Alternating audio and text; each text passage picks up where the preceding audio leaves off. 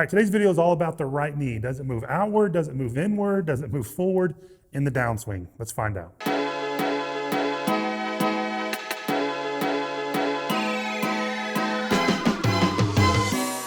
Brian Devitt sent in a great question, and he wants to know, on the downswing, is the right knee moving inward?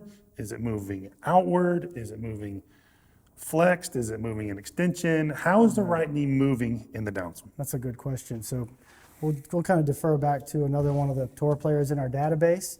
I put him up on the screen here, just in that kind of late downswing position right before he starts to release the club. That's a crucial point. So we'll look at that on the gears capture. But from the top of the swing, let's say at the top of the swing that you've retained or flexing your right knee or maybe lost a couple degrees. Yes, I think the tour average that we have is -3 degrees. Yeah, so this Pretty player, much the same. Yeah, this player started at 27 degrees in both knees. His left knee doubled or went to about 45 to 50-ish. The right knee stayed or lost maybe a degree. So that gives us the context of where we're starting from. Yeah.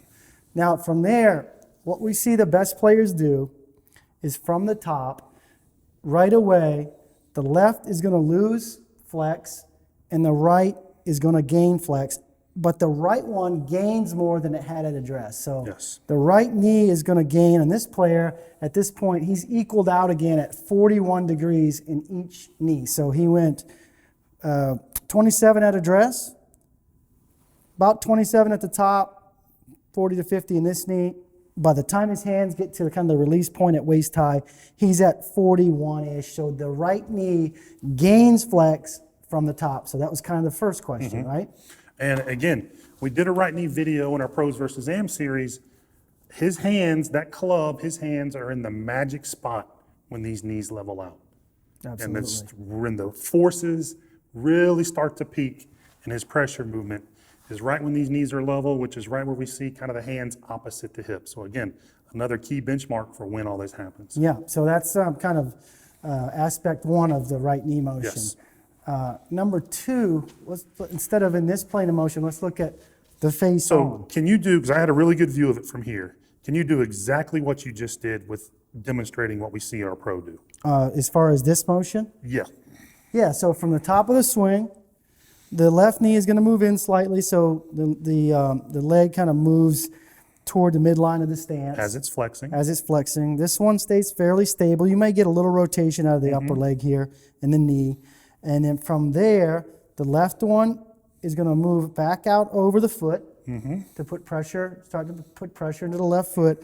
And pretty immediately, actually immediately, most high-level players will start rotating the hips, which pulls on the leg, Yes. which kicks the femur inward slightly, so the knee moves kind of outward a little bit and inward some, so they get this kind of angle here Right, to the leg. which is a big point of, not contention, but a big point of emphasis in the last several years in golf instruction is this idea, we've all heard of the Sneed squat, this idea that you're up here and then the first move down is these knees really separate. Yeah. We have yet to capture a professional golfer in a full speed swing do that. Yeah, and you know, if someone does it naturally, like a Sneed is probably considered the most natural athlete of all time.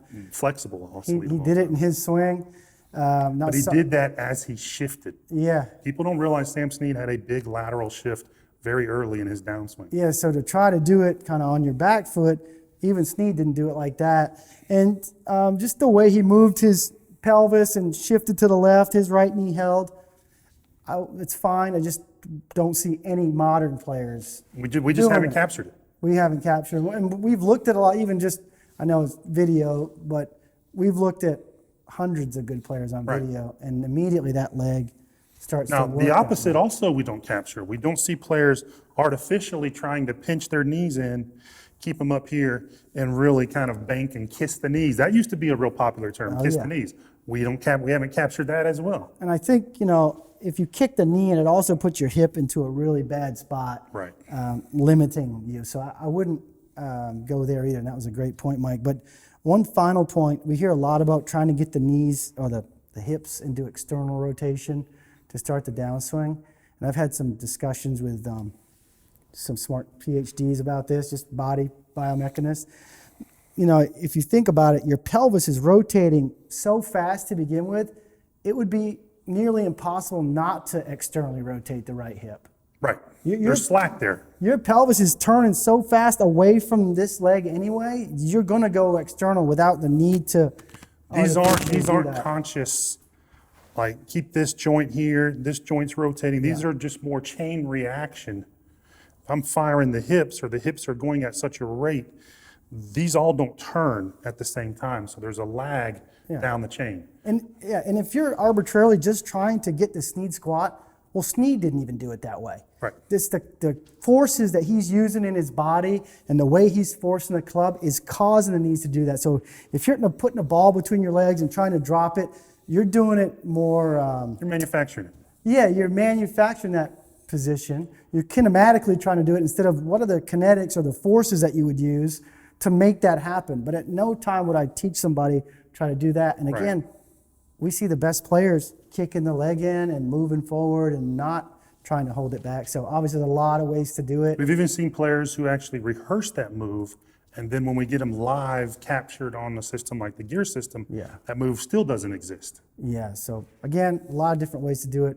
We're just not seeing it. And I think if you're successful in doing it, what we do see is the pressure doesn't get left enough early enough, right? Because there's time involved in doing that creates some issues pressure-wise and also getting the body into a solid impact That's exactly right. So to sum it up, yes, the knee does add flex right off the bat. The knee does rotate inward pretty much right off the bat. And it's not being held behind some imaginary plane, knee plane or whatever that we've seen on 3D. Do you agree with that? Absolutely right. And to Mike's point, I used to try to do that. I've tried everything, by the way. I tried to keep my right knee behind this line, and it severely limited my rotation. As soon as I started letting this right knee go out, in, and around like it had its own little swing, I could do a video just on that, about this right knee motion and this kind of around circular motion. My hips started opening up. My legs looked so much better through the ball, and I quit driving my hips so far forward because I let myself kind of swivel. So, and ultimately you hit it better. Yeah, that right knee is important. We just be real cautious of trying to make it do something artificially that you don't really need to be doing. 100%. Let us know if you're having some issues with your own right knee or you look at yourself on video and you're not liking what you see. We'd love to help you out. Ask questions, send us videos. We love that. If you haven't already, click the big subscribe button below, and we will see you in the next video.